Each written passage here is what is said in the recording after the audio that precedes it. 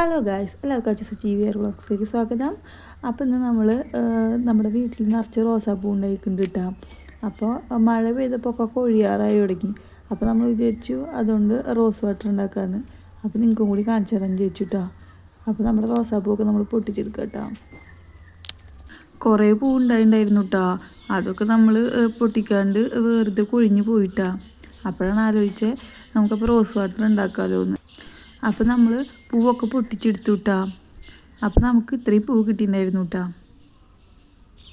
അപ്പോൾ നമ്മൾ റോസാപ്പൂവിൻ്റെ ഇതളുകളൊക്കെ പറിച്ചെടുക്കാൻ കേട്ടോ. നമുക്ക് ഇതളുകൾ മാത്രം വേണ്ട കേട്ടോ, ആ ഉള്ളിലുള്ള ഭാഗം വേണ്ട കേട്ടോ. എല്ലാം നന്നായി വിരിഞ്ഞ പൂക്കളായ കാരണം ഇതളുകളൊക്കെ വേഗം പറിച്ചെടുക്കാൻ പറ്റിയിട്ടോ. അപ്പോൾ നമുക്ക് ഒരു 4-5 റോസാപ്പൂ കിട്ടിയിട്ടുണ്ടായിരുന്നു കേട്ടോ. അതിൻ്റെ ഇതൾ മുഴുവൻ നമ്മൾ പറിച്ചെടുത്തു കേട്ടോ. എന്നിട്ട് 2-3 പ്രാവശ്യം ഒന്ന് കഴുകിയെടുത്തിട്ടുണ്ടായിരുന്നു കേട്ടോ. അതിൽ പ്രാണികളൊക്കെ ഉണ്ടെങ്കിൽ പോകാൻ വേണ്ടിയിട്ട്. ഇനി ഒരു പാത്രം വെച്ചതിന് ശേഷം അതിൻ്റെ നടുവിൽ വേറൊരു പാത്രം വെച്ച് കൊടുക്കുക കേട്ടോ. എന്നിട്ട് അതിൻ്റെ ചുറ്റും നമ്മൾ റോസാപ്പൂക്കൾ ഇട്ട് കൊടുക്കുക കേട്ടോ. ഞാൻ എടുത്തിട്ടുണ്ടായിരുന്ന പാത്രം ചെറിയ പാത്രമായ കാരണം ഇതളുകളൊക്കെ ഞാൻ നന്നായി ഫില്ല് ചെയ്ത് കൊടുത്തിട്ടുണ്ടായിരുന്നു കേട്ടോ.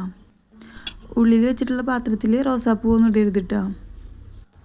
ഇനി നമുക്ക് ആ വലിയ പാത്രത്തിലേക്ക് വെള്ളം ആവശ്യത്തിന് ഒഴിച്ച് കൊടുക്കാം കേട്ടോ. ഇനി നമ്മൾ ചെയ്യേണ്ടത് എന്താണെന്ന് വെച്ചാൽ നമ്മുടെ പാത്രത്തിൻ്റെ അടപ്പില്ലേ, അത് തല തിരിച്ചിട്ട് മൂടി വെക്കുക കേട്ടോ. ഈ റോസ് വാട്ടർ ഉപയോഗിക്കുന്നതുകൊണ്ട് കുറേ ഗുണങ്ങളുണ്ട് കേട്ടോ.